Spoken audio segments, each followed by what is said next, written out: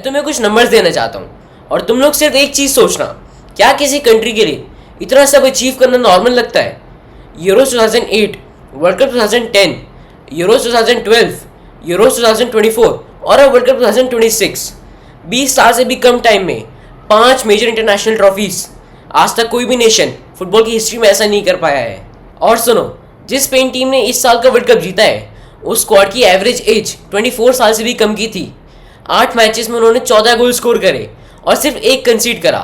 उनके goalkeeper Unai Simone ने 7 clean sheets रखी। मॉडर्न वर्ल्ड कप की हिस्ट्री में ये सबसे बेस्ट डिफेंसिव रिकॉर्ड है। स्पेन ने सिर्फ वर्ल्ड कप नहीं जीता, उन्होंने इसी तरह एफर्टलेस बना दिया था कि ऐसा लग रहा था कि सब कुछ स्पेन के कंट्रोल में है। और असली सवाल ये नहीं है कि स्पेन जीता कैसे, असली सवाल ये है कि कैसे एक कंट्री लगातार बार बार ये कर लेती है 20 सालों से, और वो भी अलग जनरेशन के साथ, नए प्लेयर्स के साथ। आखिर कैसे? जवाब सिर्फ टैलेंट नहीं है, या फिर ये कहूँ टैलेंट से ये सब कुछ पॉसिबल नहीं होता।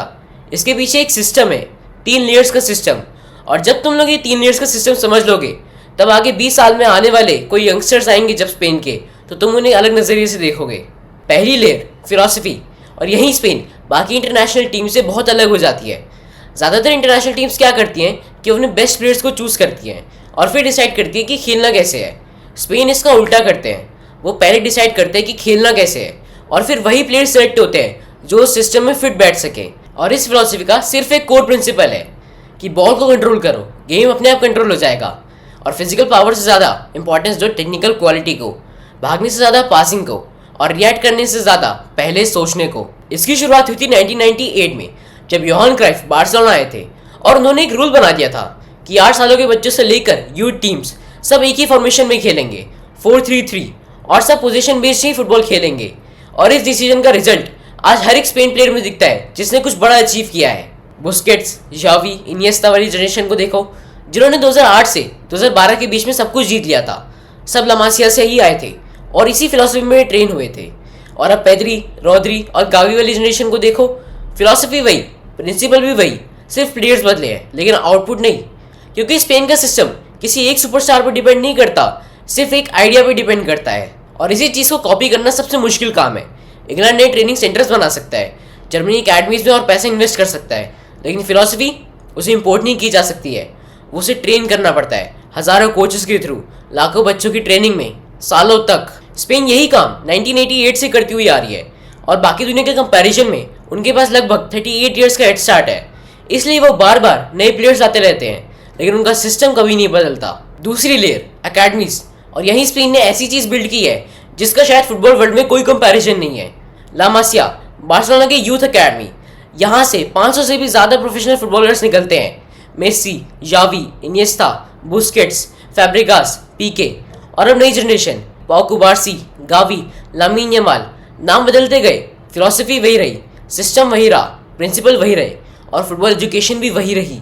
लेकिन ला मासिया के बारे में एक बात है जो कि बहुत लोग नहीं जानते हैं, ये सिर्फ फुटबॉल अकेडमी नहीं है। जो प्लेयर्स 13 या फिर 14 साल की एज में यहाँ आ जाते हैं वो सिर्फ ट्रेनिंग नहीं करते हैं, वो स्कूल भी जाते हैं, एकेडमिक क्वालिफिकेशंस भी कंप्लीट करते हैं और एक डिसिप्लिन डेली रूटीन को फॉलो करते हैं। और सबसे इंटरेस्टिंग बात, रोज़ की फुटबॉल ट्रेनिंग सिर्फ लगभग 90 मिनट्स की ही होती है और बाकी पूरा दिन पढ़ाई, मील्स, रिकवरी और एक अच्छा इंसान बनने पर फोकस होता है। ला मासिया की फिलॉसफी सिंपल है, अच्छे प्लेयर्स सिर्फ ज़्यादा ट्रेनिंग से नहीं बनते हैं, बेटर थिंकिंग से बनते हैं। और उसके लिए सिर्फ फुटबॉल एजुकेशन ज़रूरी नहीं होती है, कंप्लीट एजुकेशन ज़रूरी होती है। और याद रखो, ला मासिया सिर्फ एक अकेडमी है।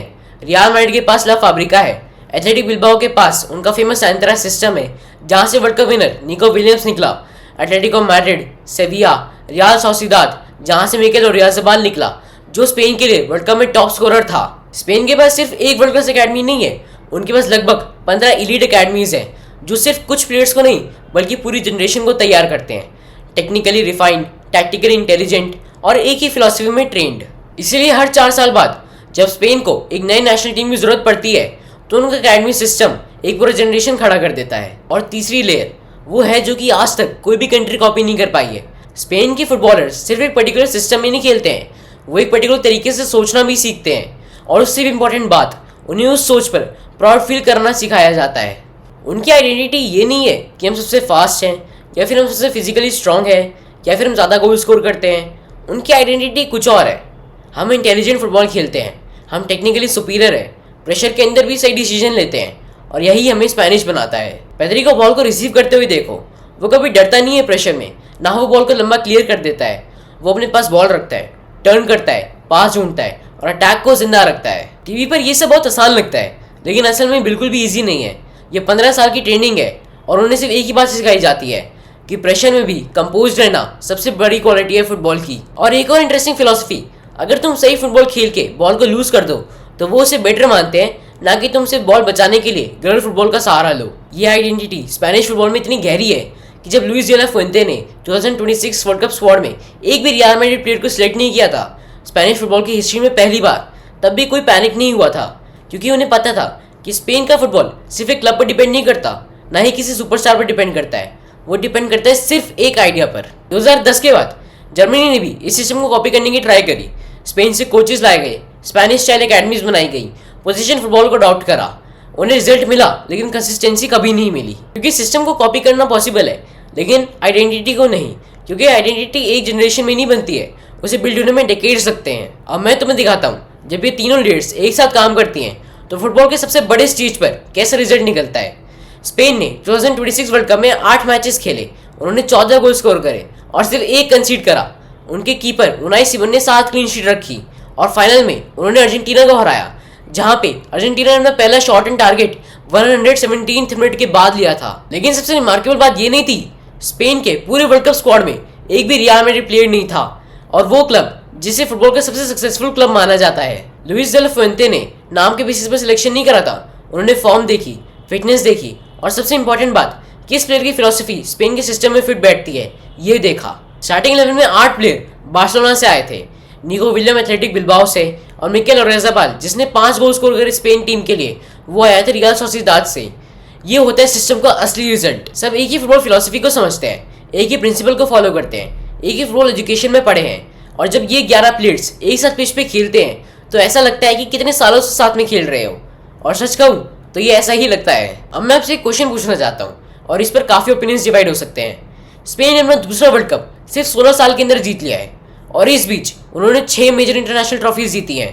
ऑन पेपर देखो तो ऐसा लगता है कि स्पेन एक डायनेस्टी बिल्ड कर रही है जो कि अगले डेकेड में डोमिनेट कर सकती है। लेकिन स्टोरी की दूसरी साइड भी है।